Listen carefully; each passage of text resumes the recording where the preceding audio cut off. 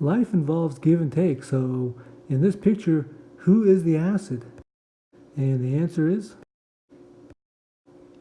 In Objective 4, we'll look at the Lewis definition of acids and bases. We'll use curved arrows to show how bonds break and form when an acid reacts with a base. We'll relate acid strength to pKa, determine the direction of equilibrium using the pKa table, and also estimate the pKa of an acid based on structure. Many organic compounds are acids or bases.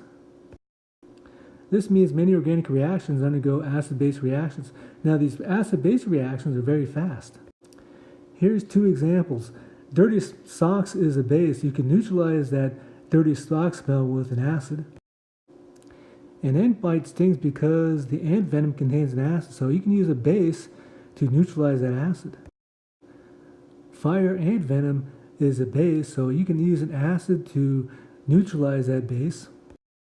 Butyric acid is probably the worst chemical I've ever smelled. It smells like vomit, but you can use a base to get rid of that smell.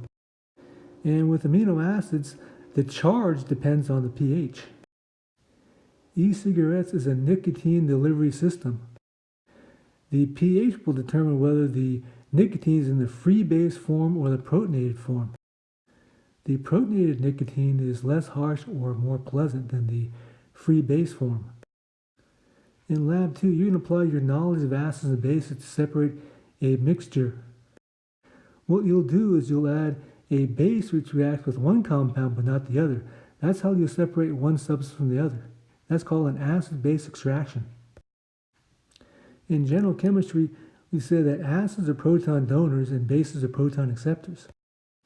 We also said that every acid has a partner base, so stop the video and fill in these blanks. So the answer is, with the Lewis definition, acids are electron pair acceptors and bases are electron pair donors. We can use curved arrows to show how acids react with bases by drawing arrows from the base to the acid. Organic acids are weak acids. That means that these organic acids do not want to easily give up its proton. We can use Ka and pKa to determine how strong the acid is. Ka is the equilibrium constant for this reaction. So for a weak acid, Ka is going to be small. There's going to be a lot more HA than H plus and A minus. And pKa equals minus log of Ka. Okay, so stop the video and answer these questions about these two compounds. And the answers are, and the conjugate base of each compound looks like. Remember to remove the acidic proton from the acid to get the conjugate base. And the stronger conjugate base is, a weaker acid has a stronger conjugate base. That stronger conjugate base more easily accepts the proton. So here's a pKa table that shows an acid, its pKa, and its conjugate base. So stop the video and read these 7 items. We can use the pKa table to make predictions. So in number 7 says, an acid reacts with any base below it on the table. This means that we need a strong enough base to react with a weak acid. For example, note that acetic acid is a weak base. We need a strong enough base such as hydroxide or the ethoxide ion to react with it. Water is not a strong enough base to react with acetic acid. So here's an example. Will acetic acid react with the hydroxide ion? The answer is yes. So stop the video and read the reasons. Since this reaction occurs, that means there's going to be more products and less reactants. So this reaction favors the products. Let's do another example. Will methanol react with the acetate ion? So stop the video, look up the pKa's, and then you can answer those questions. And here are the answers. We discussed earlier that an acid reacts with any base below it on the pKa table. In this case, the acetate ion, the base, is above the acid, the methanol. So this is a more extensive pKa table. You may want to refer to this table for future reference. Let's practice using the pKa table. So stop the video and rank the following compounds in order of acid strength. So here are the pKa's of each compound. The lower the pKa, the stronger the acid.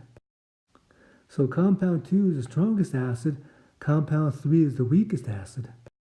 And for the compounds that behave like bases, again, refer to the pKa table. Look for the conjugate acid of compounds 1, 4, and 5.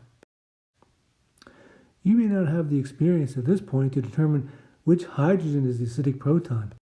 So again, use that pKa table. So based on pKa, H2 is the acidic proton. When an acid loses its acidic proton, the conjugate base forms.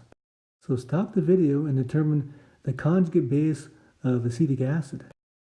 And the answer is, remember that H2 is the acidic proton.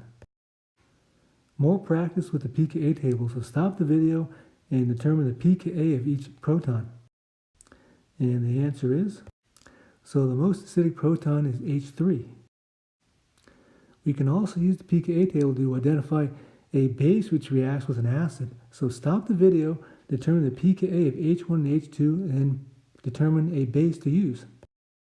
And the answer is, any base below that alcohol will work. In other words, any base in which the conjugate acid is greater than 16 will work. For example, so let's review. Stop the video and answer these questions. And the answers are